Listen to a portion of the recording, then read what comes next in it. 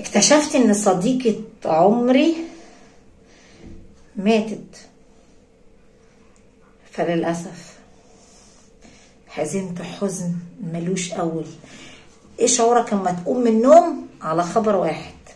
ان جوزي بيصحيني بيقول لي ان صديقة عمرك ماتت.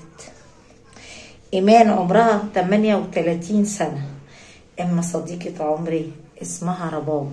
رباب عمرها 48 سنة. دخل عليها 3 مغسلين يغسلوا الجثمان رفضوا وطلعوا يجروا.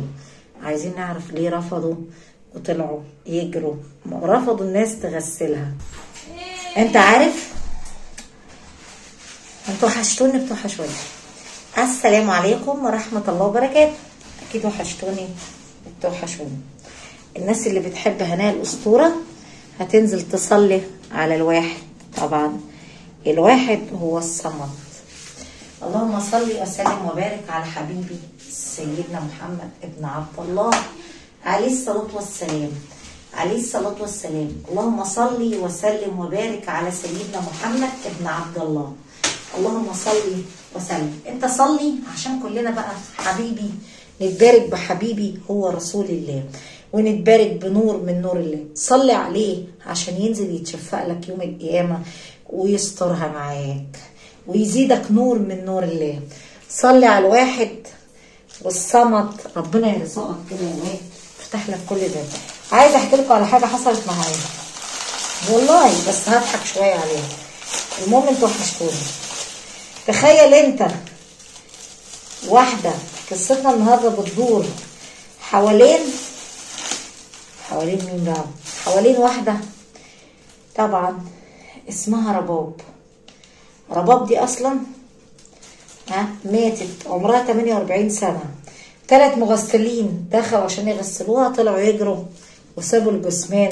وطبعا كانت حاجه يعني منظر يخض لما تطلع تجري وتسيب الجثمان من غير ما تعرف ايه القصه وايه الحكايه. القصه والحكايه هتتابعها مع احلى اسطوره مصريه عربيه. بس انزل صلي على سيدنا النبي عليه الصلاه والسلام. عايزه احكي لكم على واحد سوداني عمل معايا حاجه بنت لذينه، بس انا بحب اهل السودان برضه. بعدين بس حطوا لايك دلوقتي عقبال ما ارجع لكم كومنت حلو.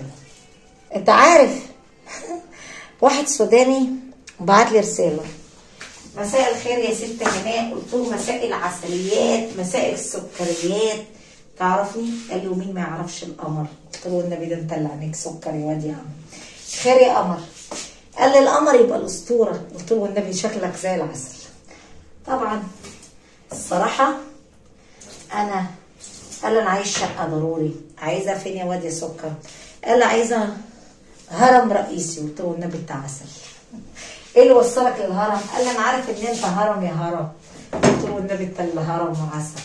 المهم كام يا مدام هناء الشقه؟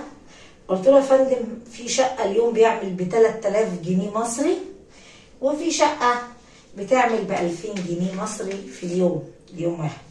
طب انا عايز مثلا مدام هناء 15 يوم عشان راجع بلدولتي يعني. قلت له ماشي يقعد على راسنا من فوق. تحية اهل السودان، الناس اللي بتحب احلى اسطوره مصريه عربيه. بحق ربنا واد مؤدب. المهم بس اسمعوا بقى عمل معايا ايه. خلاني فضلت اضحك كده الصراحه، وهي تضحك على الاسفلت. يعني انا كنت واقفه على الطريق الرئيسي الهرم فسبت. تخيل قال لي ايه؟ والنبي نفسي تتخيلوا كده.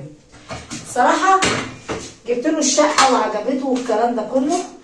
ففي واحده مضيفه يعني في المكتب شغاله وسيطه.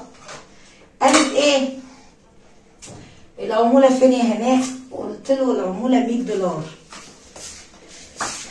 قال لي يعني كام 100 دولار هناء؟ قلت له يعني 5000 جنيه مصري يا حبيبي. قال لي ماشي. اديت الست والمكتب نصيبهم وانا خدت نصيب. تخيل ايه اللي حصل.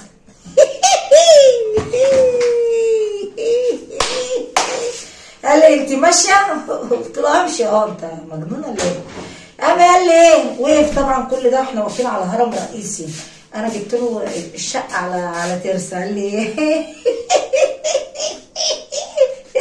اسطوره ما تتسامش. قلت له يلا. قال لي ايه؟ ايه العسل النح نازل نازل العلق بتاعي. رحت قايله له ايه؟ قلت له انا بقى ايه؟ رحت انا قايله له ايه؟ لبست له الكموني، قلعت له الكموني، حاسب على عيوني. قال لي ايه؟ والنبي عسل يعني ما تمشيش، اعمل معايا جوله سياحيه يا بابا. يا جمر. قلت له صدق يالا انت اللي جمر يا ولد. ايه سيبناش بقى بيها ولا. قال لي لا مدام هناء انا عايزه اسالك سؤال. قلت له اسال. قال لي انا عايزه اخش ابو الهول. قلت له ابو الهول 9 صباحا بتوقيت مصر. قال لي ليه هناء؟ قلت له عشان الهرم واقف عليه حرس، واقف عليه حكومه، لازم تخش الساعه 9 صباحا تذكره بتوقيت مصر. قال لي ماشي يا هرم مصر. الصراحه انا اتبسطت جدا مع الولد ده، حسيت ان هو انسان لطيف ومؤدب كتير كتير كتير. وبصراحه انا بحب اهل السودان تحيه. واللي ضحكني بقى يا اختي اول ما قال لي ايه؟ بقول له انت تعرفني؟ قال لي نعم. هرم مصر مش معروف؟ ده انت اسطوره العالم العربي. راح يقول لي ايه العسلين. رحت انا قلت له نازل على تحت. رحت قلت له ايه؟ لبست له الكموني، قلعت له الكموني، حاسب على عيوني. بصراحه ده المشهد الوحيد اللي بصرني. تحيه لاهل السودان، الناس المحترمه بس رقم واحد. بصراحه انا اول مره اتعامل مع ناس السودان.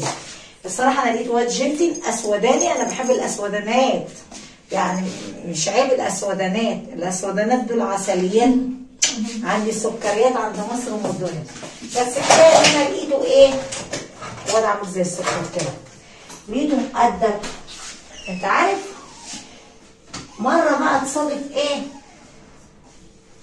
مره تصادف ايش شعورك لما تصادف حد مش محترم؟ والله انا صريحه.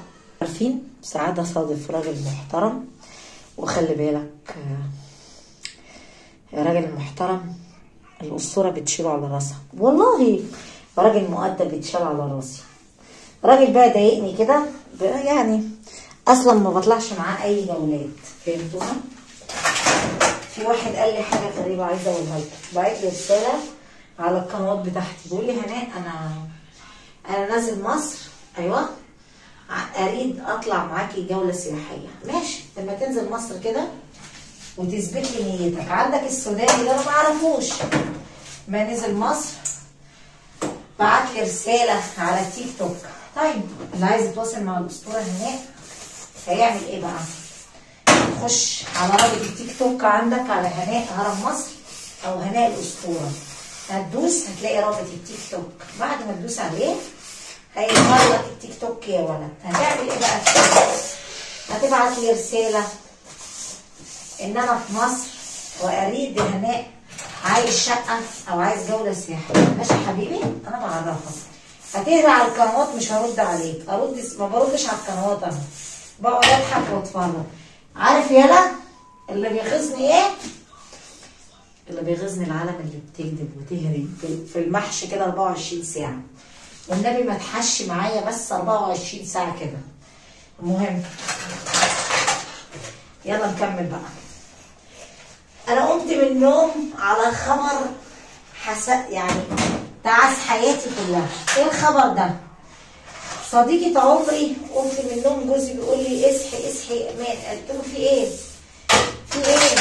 قومي بسرعه انا عايزه ابلغك حاجه. بس اشربي شويه ميه. شربت شويه ميه.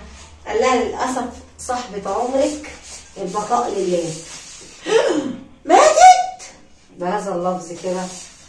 وبعدين اتصدمت ان هي لسه قافله معاها قبل اذان الفجر. تخيل انت تكون قاعد مع حد انت بتحبه كتير وتلاقيه فارق الحياه، تعمل ايه؟ احكي لي بس. تعمل ايه بقى انت؟ حزنت عليها. عندها بنتين كبار وولد صغير للاسف. يقول لها ايه؟ طبعا استعاذ بالله من الشيطان كده. وراحت الدفنه، راحت لجارتها في العماره اللي في وشها لقيت بناتها عمالين يعيطوا ويصوتوا. الحقيقة يا طارق ماما ماتت يا طارق. قالت ازاي؟ ده لسه كانت معايا بالليل. ازاي ماتت؟ ده لسه كانت قاعدة معايا بالليل. ايه اللي حصل؟ احنا بنصحيها يا طارق الصبح لقيناها ما بتردش. فهذا اللي انا بحكي لكم عنه ده. طبعا قلنا ايه؟ انا قلت اكرام الميت دفنه. قلت اجيب ايه؟ واحده مغسله عشان تغسل الجثه، عشان اكرام الميت دفنه. فضلنا نسيبها، قلنا لهم عشان تديك نطلع على الصلاه العصر يصلوا عليها. كل ما نجيب مغسله، اول مغسلات لا مش ممكن اغسلها. اول ما دخلت عليها حلوين طلعت تجري وتركت الغرفه وجريت. قالت اعوذ بالله من الشيطان الرجيم. مشيت تجري، حاولوا يجيبوا حد تاني. جبنا واحده دخلت الغرفه لسه بتقلعها عشان نغسلها. للاسف صرخت في وشنا وقالت لا انا ماشيه. طلعت تجري وجريت، ما رضتش تغسل. صديقة عمري، الانسانه اللي كنت بتكلم معاها طول حياتي. تخيل انت، تخيل ان اتنين يطلعوا يقولوا ايه السبب، محدش عايز يجاوب على السبب. راحت مكلمه اخواتها جايين من البحرين، مدام رباب مدام ايمان بتكلمهم بتقول لهم ايه؟ احنا مش لاقيين مغسله خالص عشان نطلع عشان يتصلى عليها صلاه العصر. كل ده كان الظهر قرب ايه؟ قرب عليها. تخيل انت يجيلك 3 مغسلين ومفيش حد عايز يفيدك ايه اللي بيحصل جوه الغرفه. طبعا حاجه تقلق. المهم للاسف ولادها فضلوا يعيطوا ويصرخوا. جبنا اخر واحده اخوها جابها. طبعا للاسف يا حلوين تخيل اللي حصل ايه؟ موجود حصلت حاجه. المغسله دخلت طبعا ست ايمان قالت لها خش معاكي عند الجثمان عند رباب. دي كانت صديقة عمري، ما هي خايفة، احنا خايفين كمان دي تمشي، دي املنا الوحيد واخر واحدة. اخر واحدة تخش ايه للجثمان. طبعا اول ما دخلت الست دي عايزة تجري قالت لها بوس ايدك. دي صاحبة عمري بقى. ابوس ايدك مدام ايمان قالت لها بوس ايدك ما تمشيش وتسيبينا وتتركينا ارجوكي. قالت مش هغسلها. طبعا الست دخلت معاها ايمان صاحبة عمرها، حاولت تسال انت ليه مش عايزه تغسليها؟ احكي لنا كده حرام. وليعوذ بالله من الشيطان الرجيم. دخلت لقيت حاجه ما كانش تتخيل علينا خالص. عارف ايه هي؟ لقيت وليعوذ بالله من الشيطان الرجيم لسانها كله طالع بره، لسانها كله بيطفطف وكل لسانها طالع بره، وايديها ماسكه في الخشبه، ماسكه كده في الخشبه جامد لدرجه ان هم حاسين ان هي حيه وصاحيه، ماسكه في الخشبه جامد. طبعا كان منظر يخض. فالمغسله قالت لها مين اقرب حد للست ديت؟ فين بناتها؟ عايزين نسأل بناتها سؤال، بس الاول انا هطلب شيخ، لان الشيخ ده هو اللي بسأله في اي حالات. راحت المغسلة راحت تتكلم مع الشيخ، وطبعا عشان نسأل الست دي نسأل بناتها ايه اللي كانت بتعمله في دنيتها، عشان كده كل ده حصل لها. فهمتوا؟ نسأل سألوا بنتها راحت زعقت. امي كانت كويسة، امي كانت بتصلي، امي حافظة فرض الله. الشيخ قال لها يا بنتي احنا مش بنتكلم على قصة الصلاة، امي كانت بتتكلم. طبعا مدام ايمان قالت له على حاجات، قالت له دي صاحبة عمري، انا مصاحباها بقالي 10 سنوات، على الحلوة والمرة وكل حاجة. بس انت عارف يا شيخ، قال لها الغريبة اللي انا عايزة اسألك سؤال. قالت له اتفضل. الست دي كانت بتعمل ايه في حياتها؟ يعني بتاكل حرام، بتعصي ربنا، بتنام مع الناس. قالت له فيها ميزات كانت مش حلوة. كان في يوم من الايام اخوها متجوز، وطبعا مخلف معاه 3 عيال.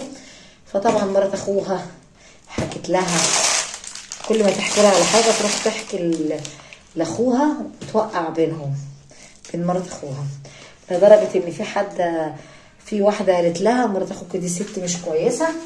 راحت قالت لاخوها انا عايزه اقول لك حاجه على مراتك، بس انت لازم تطلقها، مراتك لها علاقه بواحد والكلام ده كله، لازم بسرعه تنفصل. سخنت اخوها ايه عليه، ولا شافت ولا عملت. طبعا من هنا الاخ راح حالف على كل ده. مدام ايمان بتحكي للشيخ على صديقه عمرها اللي هي متوفيه. طبعا الشيخ قال لها كملي، كانت اي حاجه بتشوفها لازم تسخن تروح تبلغ. اخوها طلق مراته ورماها في الشارع وخد منها اولادها. مرات اخوها ساعتها طلبتني وقالت لي حسبنا الله ونعم الوكيل فيكي يا رباب، حسبنا الله ونعم الوكيل فيكي، مش مسامحاكي اليوم الدين بذنب عيالي اللي اتشربوا، انت السبب، انا ما عصيتش ربنا منك. فهمتوا كده؟ وخربت بيت مرات اخوها، ومرات اخوها قالت انا مش مسامحاها اليوم الدين، خربت بيتي وخربت ولادي. كل ما حد يحكي لها على حاجه تروح تقول صاحب المشكله.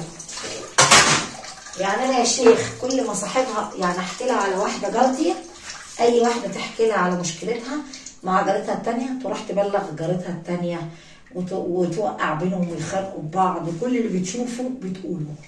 من ستر عبد فربنا اللي ربنا ستر والعبد ما يعرفش يفضحه. كل ما تشوف حاجه تروح تفضح ده وتفضح ده وتفضح ده. فهمتوا؟ كل ما تشوف حد بيتكلم تتصنت عليه وتروح تحكي اللي شافته واللي قالته. حطوا لايك دلوقتي وبعدين هرجع لكم. بحبكم كتير. تصدقوا ان انا تعبت قوي. المهم طبعا انا قفلت الكاميرا عشان بص الهرم ده كله شايفينه، كل دي مواعين قسما بالله العظيم غسلتها، بس ما رضيتش اشارككم يعني فيها، لدرجه ان الميه سحبت على الارض وانا قلعت شبشب خفت اتزحلق. المهم الشيخ بقى قال لها بالصلاه على النبي كده، كل ده كنت بتسمعيه منها تحكي لك على الناس وتتكلم عن الناس وتشكي لك، انت شركتها برضه. الصراحه ردت قالت له لا يا شيخ، انا كنت بنصحها واقول لها حرام تجيبي سيره اعراض الناس، حرام حد يحكي لك حاجه. قالت له لدرجه الجيران بطلوا يتكلموا معاها، بقى بيخافوا منها لا تروح تفضحهم.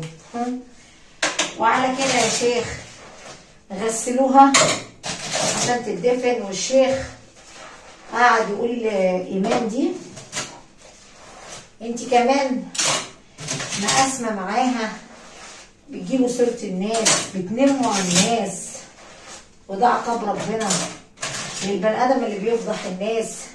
حد يقول له حاجه يروح يقولها، حد يتكلم معاه في حاجه يروح يفضحه. من ستر الرب والعبد ما يفضحوش. اللهم استرنا فوق الارض وتحت الارض ويوم العرض عليك. الصلاه مش لوحده.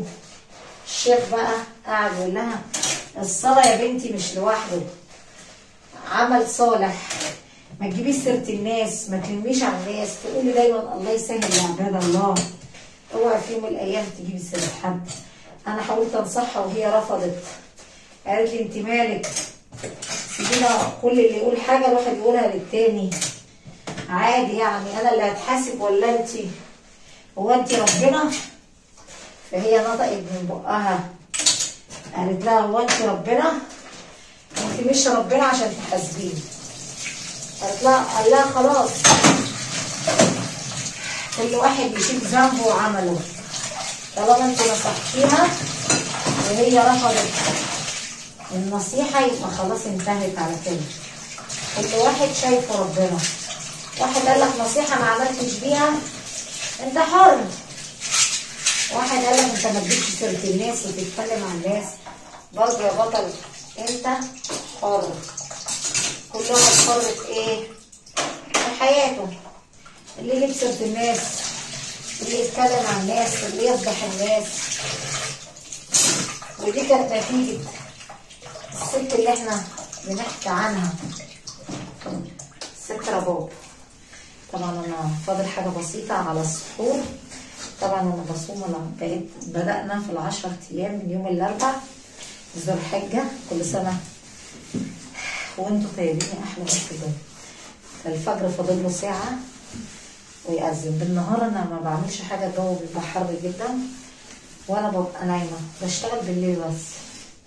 المهم ان انا دلوقتي هحضر السحور، هتسحر انا وابني وبنتي.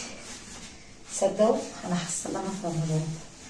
احلى حاجه من صام ال10 ايام دول فغفر ذنبه، بالذات اللي هيصوم يوم الوقفه، وقفه عرفات، يبقى ربنا اكنك صمت سنه، فربنا خفف لك ذنوبك ورضي عنك. يا ريتك بقى تصوم يا ولد، ها صوموا بقى كده واتقوا الله في عباد الله، وصلوا على سيدنا النبي، لان صلاه النبي فيها مكاسب كده وارباح. ويا ريتك تصوم كده. كل سنه وانتم طيبين، كل الشعوب طيبه. اللهم ارفع الاذى عن اهل السعوديه، وارفع عنهم اي زلازل واي كرب واي حريق واي حاجه، وارفع عن اهل السودان الاذى والزلازل، واهل سوريا اللهم ارفع عنهم الاذى والكرب، واهل ليبيا اللهم ارفع عن الزلازل عن اهل ليبيا واي اذى واي كرب، واهل الكويت واهل العراق اللهم ارفع عنكم الاذى، وعن امه محمد وعن اهل مصر كل الناس الحلوه. يا ريت بقى زي ما انا بحترمك كده تنزل بس تحط لي حاجه واحده، تحط لي لايك للست الشقيانه دي، ما تستكترش فيا الله يكرش، ربنا يرزقك. ايه والله انا بقى بديك نصيحه، اوعى في يوم الايام تتكلم على حد. واحد قال لك انا عايزه اتجوز واحده معايا، بلاش. لو انت شايفها مش كويسه بلاش تقول لي، تقول لي صلي صلاه الاستخاره. لو انت عارف سلوكياتها بلاش تفضحها، اتفقنا؟ ده من ضمن الغلط، ربنا يحاسبك. لان في واحد جاي يسترها وانت عايز تفضحها، واحد عايز يتجوز واحده وانت عارف ان هي مش كويسه وسلوكياتها مش كويسه. استر عبد فربنا يسترك في الدنيا وفي الاخره. اصل انت مش ربنا، سيبه ان هو يكشفها بنفسه، سيبه يقول له صلي صلاه الاستخاره. انت حر، اسال عليها، استرها فيسترك في الدنيا وفي الاخره. ها بلاش تيجي على الجرح كده وتدوس عليه، وبلاش تظلم الناس، ده برضه من الغلط. بلاش تقعد تتكلم على واحده ست، وبلاش تقعد تفضح الناس. بلاش واحد صاحبك يقول لك على حاجه تروح تقولها للتاني. استره فيسترك في الدنيا وفي الاخره. يا ريتك تتقي الله في عباد الله كده، ها واسكت. وده على الملك للمالك، الناس هتموت ومحدش ياخد حاجه معايا. ودي الست اللي بقت تتكلم عن الناس وتفضح الناس، شفت النتيجه؟ محدش رفض، كله رفض يغسلها، خافوا من منظرها. ارحم نفسك بقى عشان ربنا يبعت لك رحمه من عنده. يا ريت يا ريت تسمع كلام الست الفقيره دي عشان ختمتك تبقى حلوه. في ناس بتموت تلاقي ريحتها مسك كده وعنبر، ريحتها حلوه كده.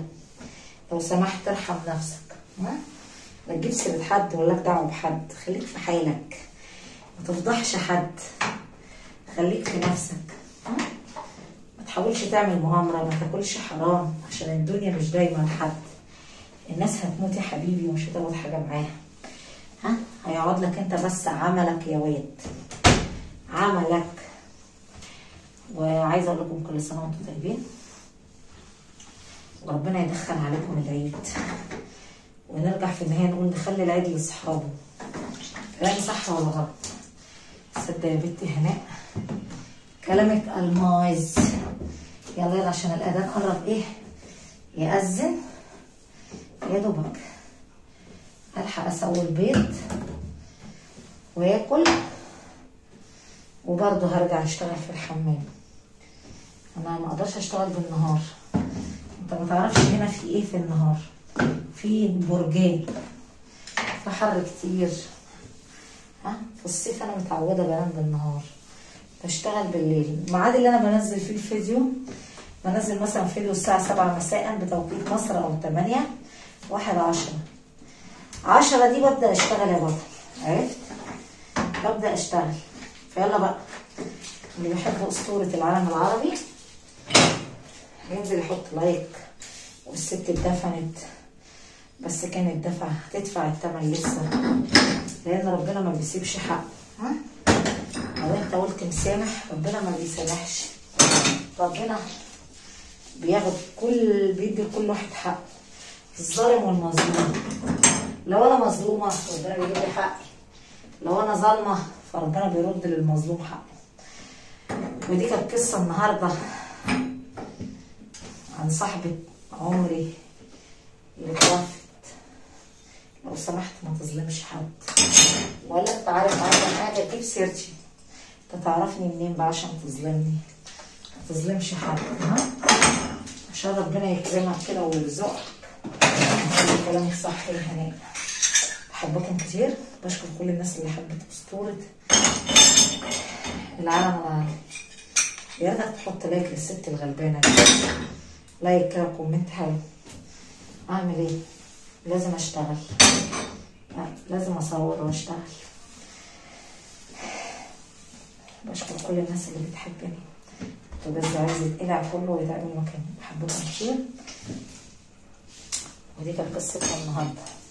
لو عجبتك القصه حط لايك وكومنت حلو. تحية لأهل السودان، الناس الحلوة العسل دي اللي عاملين زي القمر وبينورونا في بلدنا مصر ومن الدنيا. مصر بلد أبطال. أحبكم كتير.